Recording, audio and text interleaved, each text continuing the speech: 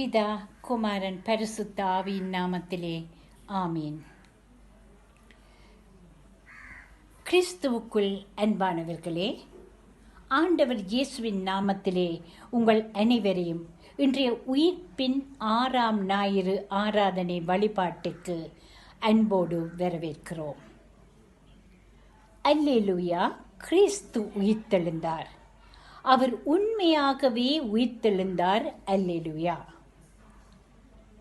இன்றைய ஞாயிறுக்கான வேத வாக்கியம் யோவான் 16ஆம் அதிகாரம் 13ஆம் வசனம். உண்மையை வெளிப்படுத்தும் தூய ஆவியார் வரும்போது அவர் முழு உண்மையை நோக்கி உங்களை வழிநடத்துவார். அவர் தாமாக எதையும் பேச மாட்டார். தாம் கேட்பதையே பேசுவார். வரப்போகிற யாவற்றையும் உங்களுக்கு அறிவிப்பார். இன்றைய ஞாயிறின் தொனிப்பொருள் திருச்சபைக்கு வாக்களிக்கப்பட்ட தூய ஆவியானவர்.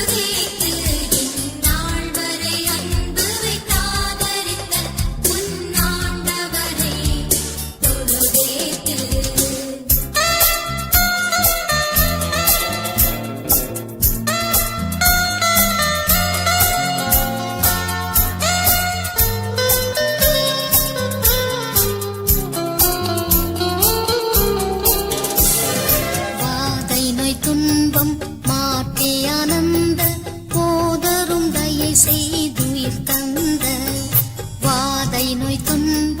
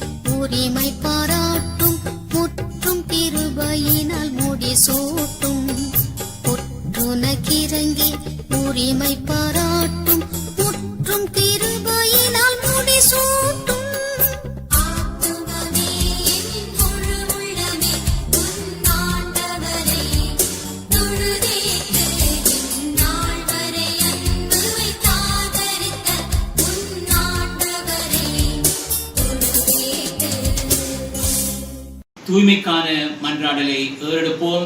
இந்த தூய்மைக்கான மன்றாடல் மூலமாக எமது உள்ளங்களை நாங்கள் இறைவனுக்கு ஏற்றதுமாக தூய்மைப்படுத்துவோமாக. ஜெபம் செய்வோமாக. எங்கள் மனதின் விருப்பம், ரகசியம், எண்ணம் அனைத்தையும் அறிந்த கடவுளே, உமது தூய ஆவியால் எங்கள் உள்ளங்களின் சிந்தனைகளை தூய்மைப்படுத்தும். உம்மை முற்றாய் அன்பு செய்யவும், உமது புனித நாமத்தை பக்தியோடு வணங்கவும் நமது ஆண்டவர் கிறிஸ்து மூலம் எமக்கு அருள் செய்யும். ஆமேன். நாங்கள் சற்று நேரம் அமைதியாக இருந்து எங்களுடைய பாவங்களை தேவனிடத்திலே மனத்தாழ்மையோடு அறிக்கை செய்வோமாக.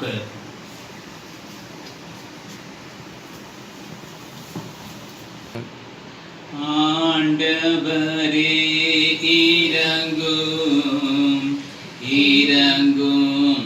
ஆண்டவரே இரங்கும், ஆண்டவரே இரங்கும், இவரே இரங்கும். ஆண்டவரே இரங்கும், இரங்கும்.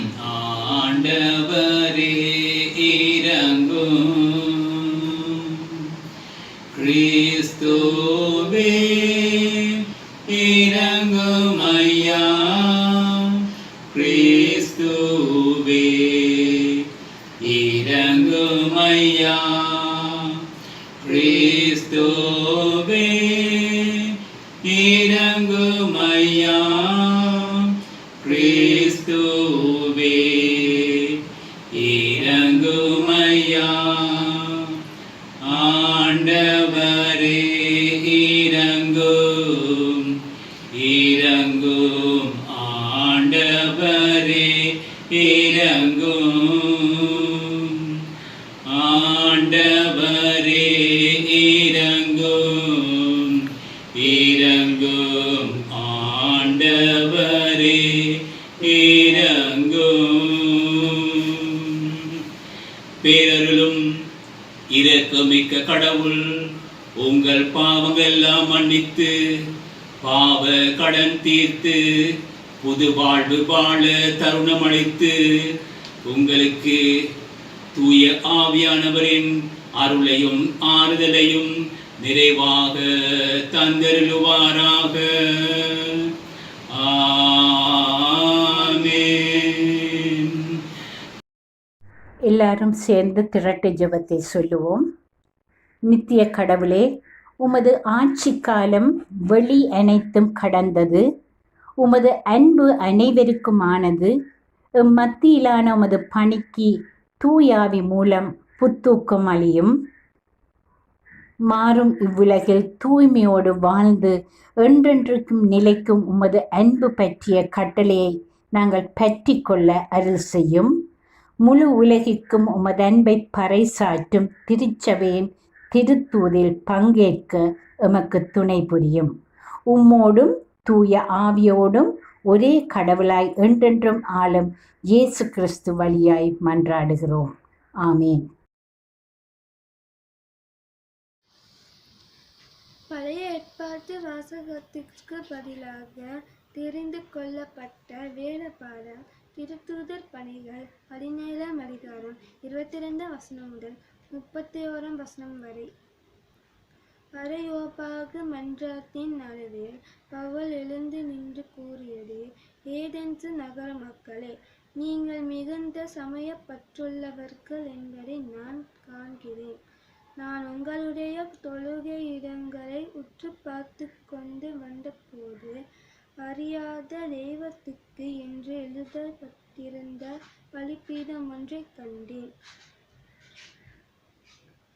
நீங்கள் அறியாமல் வழிபட்டு கொண்டிருக்கும் அந்த தெய்வத்தை நான் உங்களுக்கு அறிவிக்கிறேன்.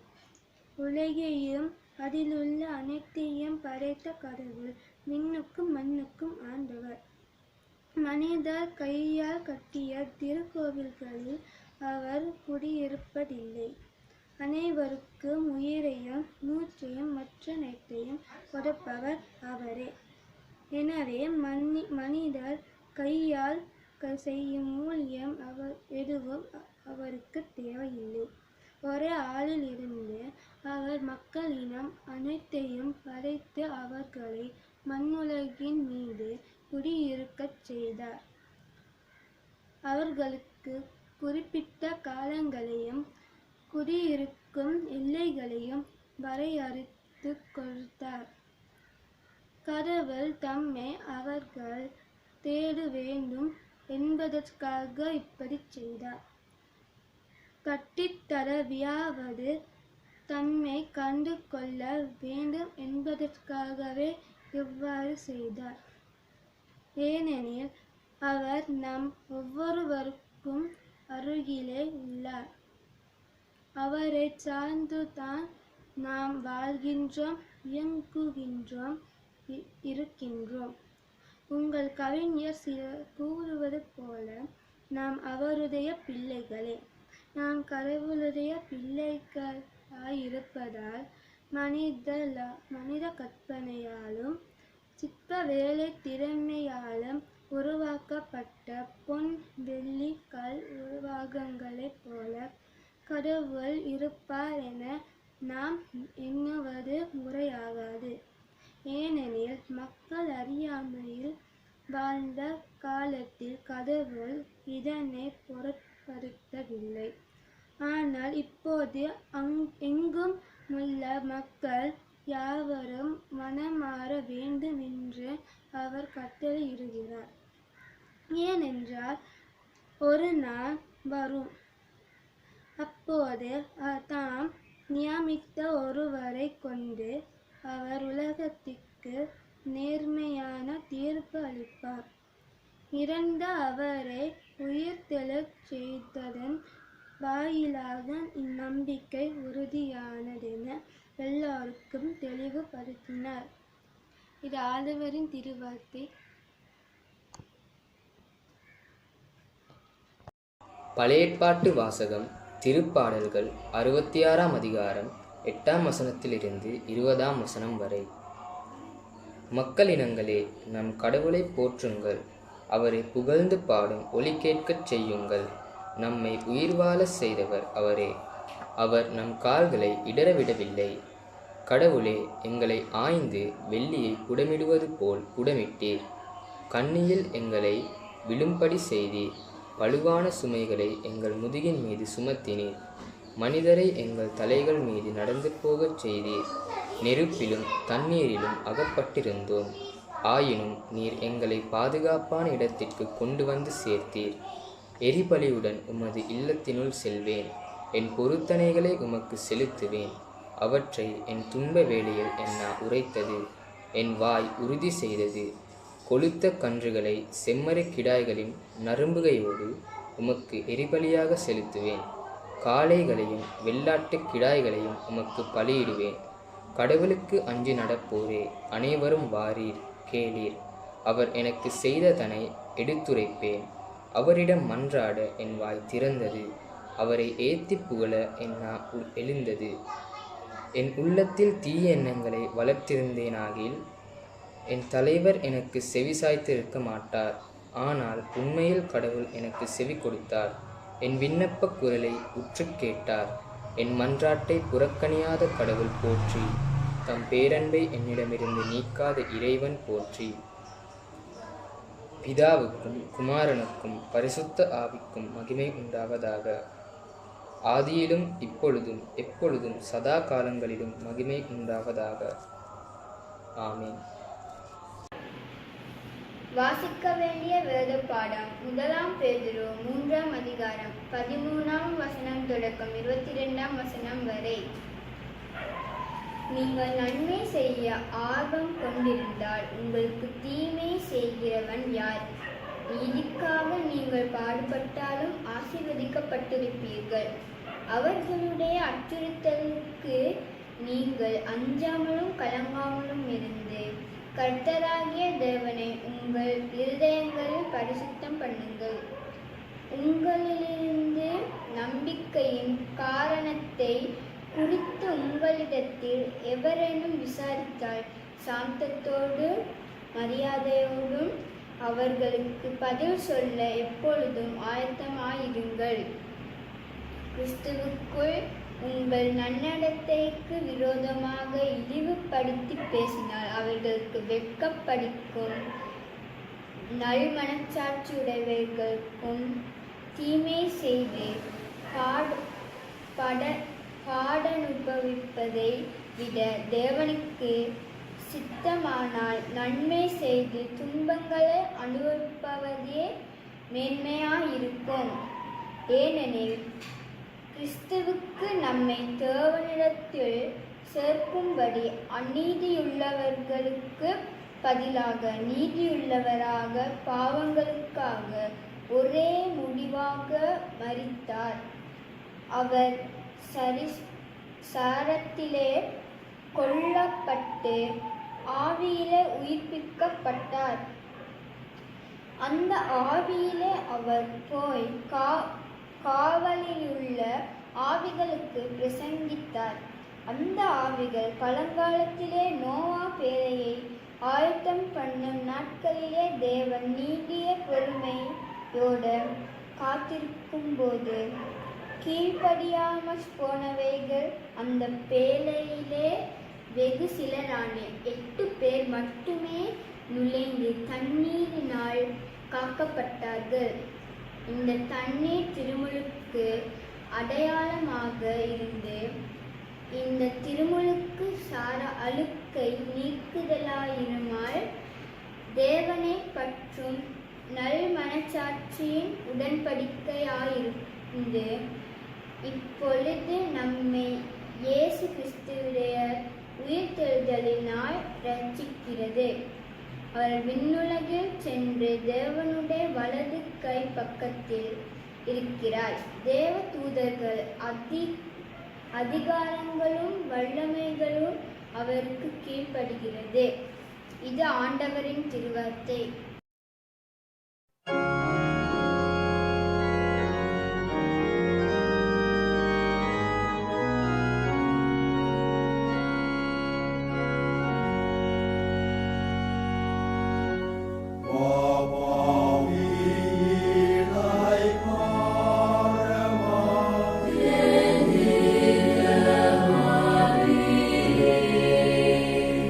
Ni sein Gesuch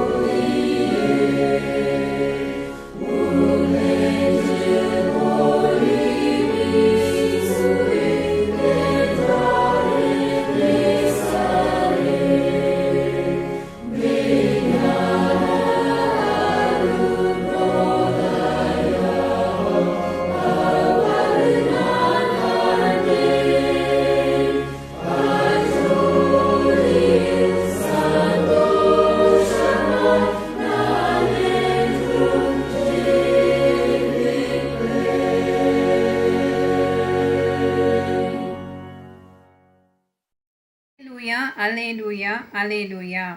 நற்செய்தி வாசகம். தூய யோவான் எழுதிய நற்செய்தி 14ஆம் அதிகாரம் 15ஆம் வசனம் முதல் அடங்கியுள்ள நற்செய்தியை கேளுங்கள். நீங்கள் என் மீது அன்பு கொண்டிருந்தால் என் கட்டளைகளை கடைப்பிடிப்பீர்கள்.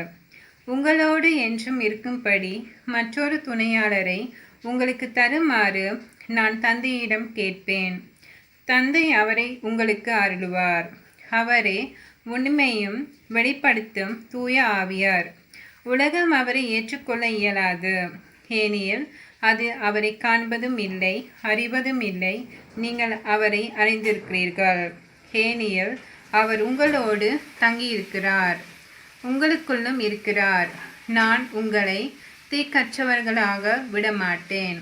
உங்களிடம் திரும்பி வருவேன். இன்னும் சிறிது காலத்தில் உலகம் என்னை காணாது, ஆனால் நீங்கள் என்னை காண்பீர்கள், ஏனெனில் நான் வாழ்கின்றேன், நீங்களும் வாழ்வீர்கள். நான் தந்தையுள்ளும் நீங்கள் என்னுள்ளும் நான் உங்களுள்ளும் இருப்பதை அந்நாளில் நீங்கள் அறிந்து கொள்வீர்கள். என் கட்டளைகளை ஏற்று கடைப்பிடிப்பவர் என் மீது அன்பு கொண்டுள்ளார். என் மீது அன்பு கொள்பவர் மீதும் தந்தையும் அன்பு கொள்வார். நானும் அவர் மீது அன்பு கொண்டு அவருக்கு என்னை வெளிப்படுத்துவேன். இது ஆண்டவரின் நற்செய்தி வாசகம். நாங்கள் ஜெபம் செய்வோம்.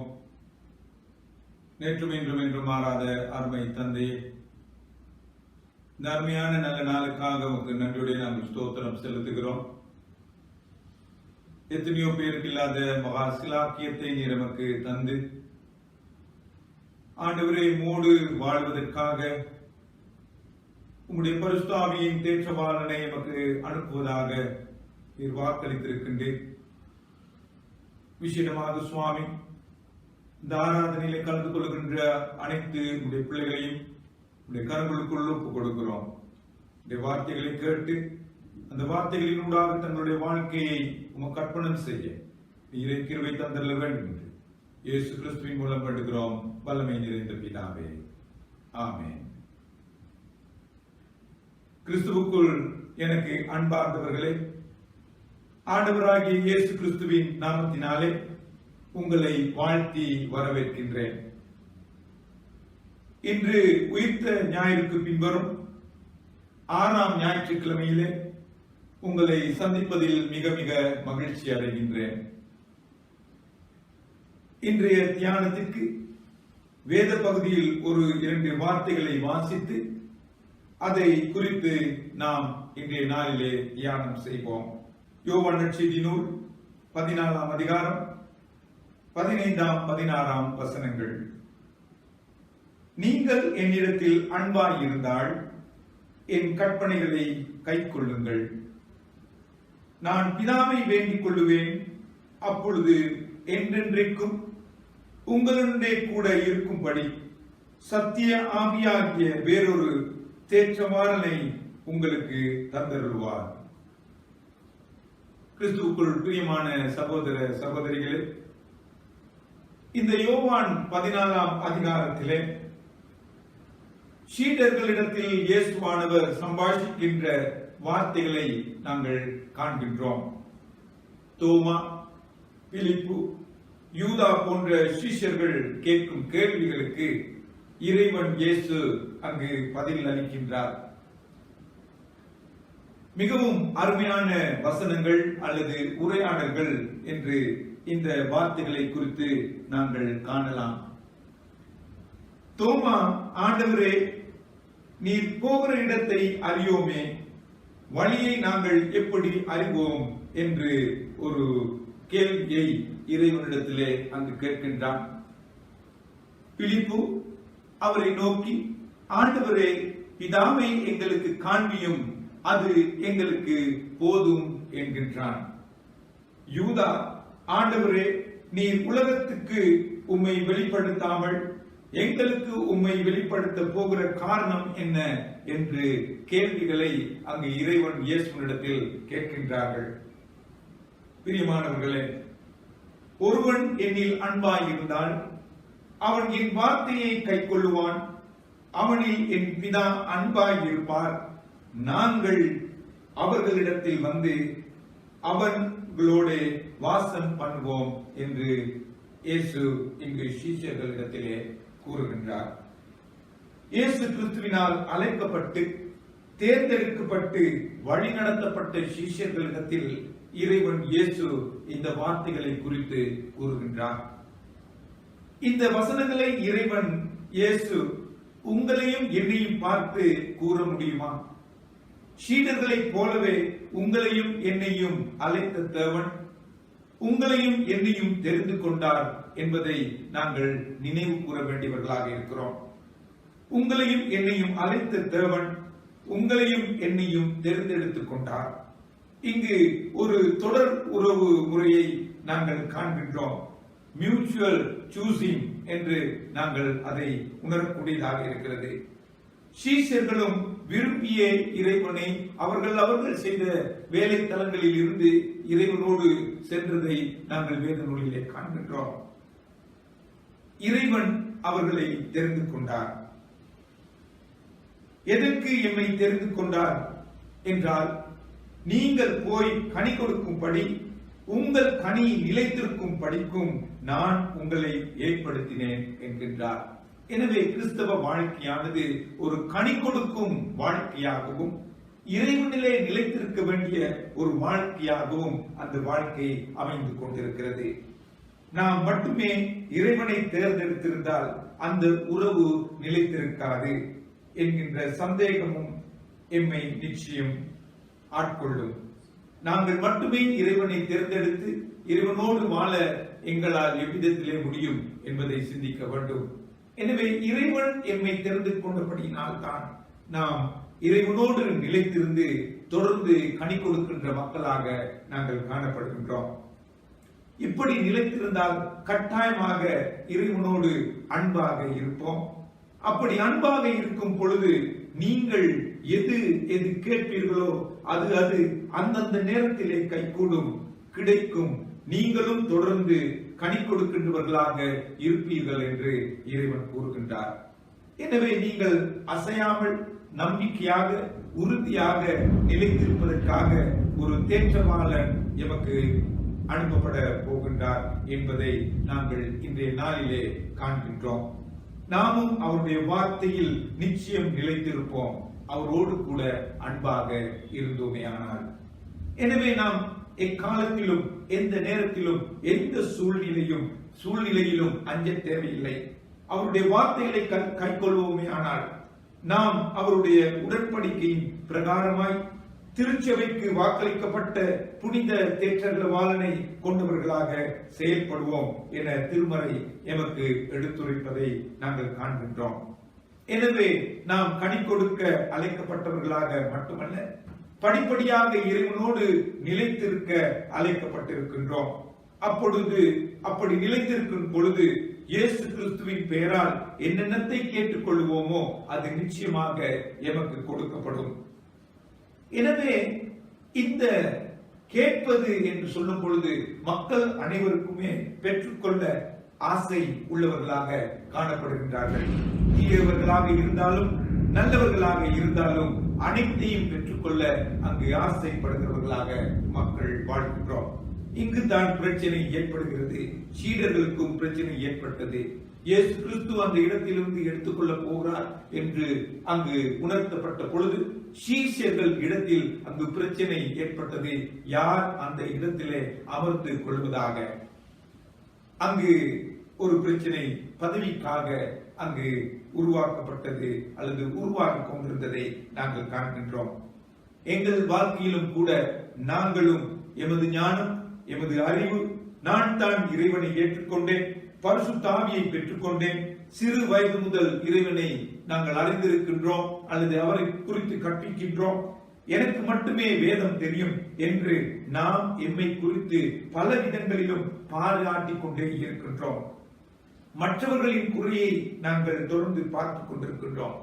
கற்பித்தலிலும் பிரசங்கத்திலும் ஊழியம் செய்வதிலுமே அக்கறை கொண்டவர்களாக நாங்கள் காணப்படுகின்றோம். ஆனால் எமது வாழ்க்கையை குறித்து நாங்கள் சிந்திக்கின்றவர்களாக நாங்கள் இருப்பது அங்கு மிக மிக ஒரு விசேஷத்தனமாக இருக்கின்றபடியினால் நாங்கள் சுயநலம் கொண்டவர்களாக காணப்படுகின்றோம். எனவே மற்றவர்கள் காட்ட வேண்டிய அன்பிலே நிலைத்திராமல், வசனத்தை தெரிந்து கொண்டு அதனோடு வாழாமல், ஊழியம் செய்தும் தன்னலம் சுயநலம் போன்றவற்றை நாங்கள் எடுத்துக்கொண்டு அங்கு கனி தருவதை விட்டுவிட்டு நாங்கள் சுயநலத்துக்காக வாழ ஆரம்பிக்கப்படும் பொழுது அங்கு தேற்றருள்ள வாழன் எம்மை விட்டு அகன்று செல்லுகின்றவராக காணப்படுகின்றார். உலகத்தையும் அதில் உள்ள யாவற்றையும் உண்டாக்கின தேவனானவர் வானத்திற்கும் பூமிக்கும் ஆண்டவராய் இருக்கின்றவராகப்படினார் கைகளினால் கட்டப்பட்ட கோவில்களில் அவர் வாசம் பண்ணுகிறதில்லை என்று நாங்கள் காண்கின்றோம். எனவே அந்த தேற்றருள்ள வாழன் உங்களுடைய இதயத்திலும் என்னுடைய இதயத்திலும் அவர் வாழ ஆசைப்படுகின்றார். எனவே இந்த காலங்களிலே ஆலயங்கள் மூடப்பட்டிருக்கின்ற பொழுது இறைவனோடு கூட அவருடைய வார்த்தையை நாங்கள் கேட்டு அந்த உடன்படிக்கைக்கு நாங்கள் இணைந்து செயல்படுவோமே ஆனால் அந்த தேற்றருள்ள வாழன் உங்களுடைய இருதயங்களிலும் என்னுடைய இருதயத்திலும் குடிக்கொள்வார். எனவே இதயமான இந்த ஆலயங்களிலே அவர் வாசம் செய்யும் பொழுது அநேக ஆலயங்கள் எமது உள்ளங்களிலே திறக்கப்பட்டு ஆண்டவருக்கு மகிமைப்படுத்துகின்ற உள்ளங்களாக, பிள்ளைகளாக நாங்கள் வாழ்வோம். நாங்கள் ஜெபம் செய்வோம். வல்லமை நிறைந்த நமது நல்ல ஆண்டவரே, உம்முடைய வார்த்தைகளை நாங்கள் சரிவர கேட்டு உம்மிலே நிலைத்திருந்து ஆண்டவரை நித்தியமாக கனி கொடுக்கின்ற பிள்ளைகளாக வாழ எமக்கு நீர் ஒரு வரத்தை தந்தருளும்.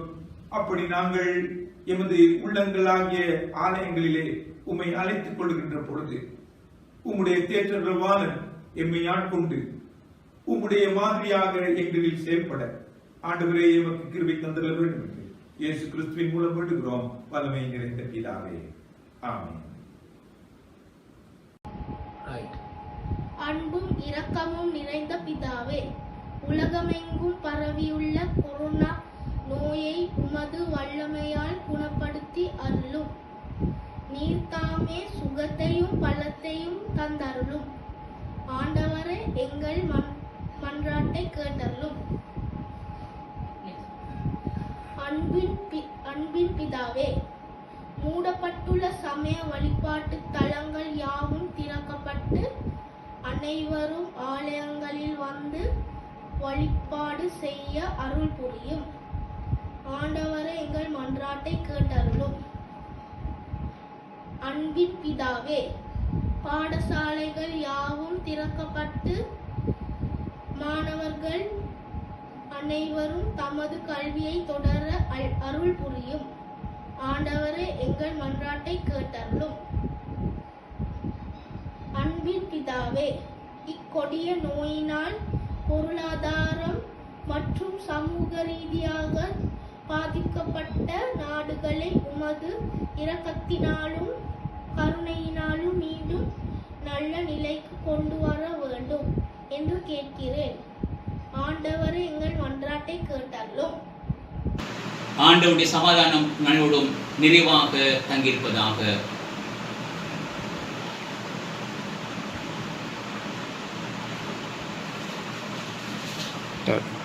ஜெபம் செய்வோமாக. அனைத்து வல்ல கடவுளே, உமது திருமைந்தன் உடலாலும் இரத்தத்தாலும் எமக்கு உணவூட்டியதற்காக ஜெபம் செய்வோமாக. அனைத்து வல்ல கடவுளே, உமது திருமைந்தன் உடலாலும் இரத்தத்தாலும் எமக்கு உணவூட்டியதற்காக உமக்கு நன்றி கூறுகின்றோம். அவர் மூலமாக எங்கள் ஆன்மா உடல் அனைத்தையும் உயிருள்ள பழியாக உமக்கே அர்ப்பணிக்கின்றோம். உமது புகழும் ஆட்சியும் ஓங்கு வண்ணம் நாம் வாழவும் உழைக்கவும் எங்களை உமது ஆவியால் பலப்படுத்தி எம்மை உலகிற்குள் அனுப்பியருளும். அறிவெல்லாம் கடந்த கடவுளின் சமாதானம் உங்கள் மனமெல்லாம் நிறையட்டும். கடவுளையும் அவர் மைந்தன் இயேசு கிறிஸ்துவையும் பற்றிய அறிவிலும் அன்பிலும் அது உங்களை நிலை கொள்ள செய்யட்டும். பிதா, குமாரன், பரிசுத்த ஆவியாக இருக்கின்ற தூய ஆவியுடைய ஆசீர்வாதம் உங்களோடு இருந்து எப்பொழுது உங்களோடு நிலைத்து இருப்பதாக. ஆமென். ஆமென். ஆமென்.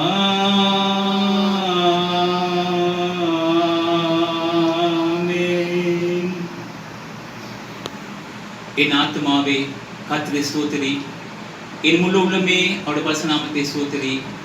என் ஆத்மாவே கர்த்தரை ஸ்தோத்திரி, அவர் செய்த சர்வபாரங்களையும் மறவாதே. ஆமென். சமாதானத்தோடு உலகத்துக்குள் நாங்கள் சமாதானத்தை கடவுளாக திகழ்வோமாக. ஆமென். பிதா, குமாரன், பரிசுத்த ஆவியாகிய தேவனுடைய ஆசீர்வாதம் நம் அடியோடு கூட எப்போதைக்கும் பரிபூர்ணமாக நிலைத்திருப்பதாக. ஆமென்.